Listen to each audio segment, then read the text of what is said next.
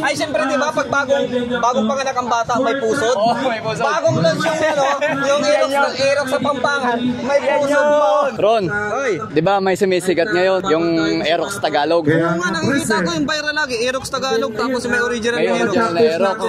Ngayon, may bagong labas ngayon ng FKM. Ayan yung FKM. Ano bang, ngayon na rin ba yun? Ngayong araw. Mula ngayon, pwede na kayong bumili. Aerox din. May Aerox din sila? Meron. May Aerox din pala FKM, syempre.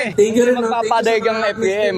Alam mo kung anong tawag doon? Anong tawag sa Aerox na yun? Kung may Aerox Tagalog, may Aerox Original, meron ng FKM na Aerox Kapampangan. Aerox sa Pampangan? Bakit Kapampangan? Eh kasi ang FKM, ang warehouse niyan, nasa San Simon, Pampanga. Pampanga. Doon yan ginawa, doon yan na-assemble. Kaya ang tawag natin doon, Pyro 150 na Aerox Kapampangan. Ay, ganda. Pakita ko sa'yo, nakita mo na, hindi pa? Ito. Okay, pakita sa'yo. Ito na muna, picture na muna. Tapos, ito yung lahat yung specs. Kung gusto nila na makita, i-post lang nila tong video na to para mabasa nila lahat. O, yan. Aerox Kapampangan.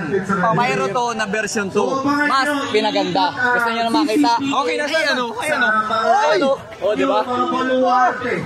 Yan, pagkaganda na Ganda yan, 180cc yan. Ito ba yun? Yung sinasabi mong Aerox sa Pampangan? Ayan na yun. Grabe! 180cc yan. Alam ko na kung bakit Aerox sa Pampangan. Ang ganda ng kulay niya. Tingnan mo naman yung pagka-premium ng kulay niya. Premium talaga, pagkapula. Para siyang candy red. Candy red tapos Blue. Parang nagre-represent ng Pilipinas sa silang puti.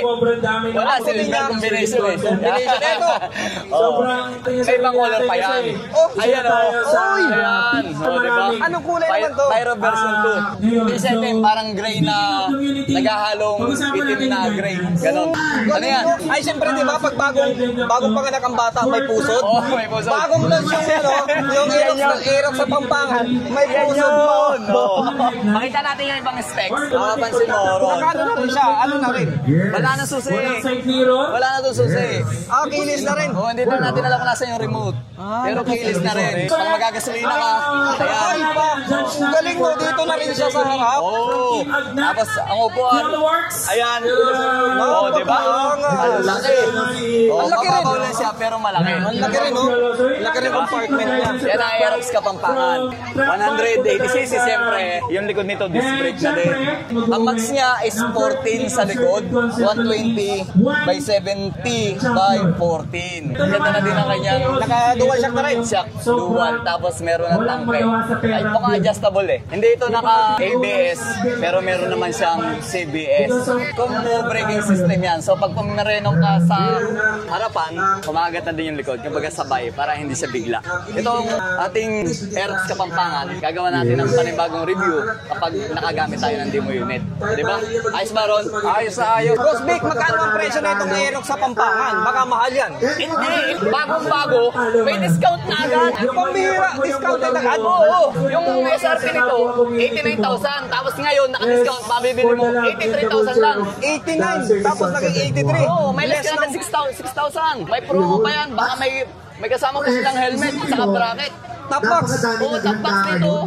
Ibig sabihin hindi ka nabibili ni helmet, hindi ka nabibili ng top box. Ready na. Universal size na to, ididikit mo na lang yan. Hindi ka nabibili ng mga additional na bracket ng top box. Matik yan, dyan na yan. Ibig sabihin, Aerox sa Pampangan, napakalakas.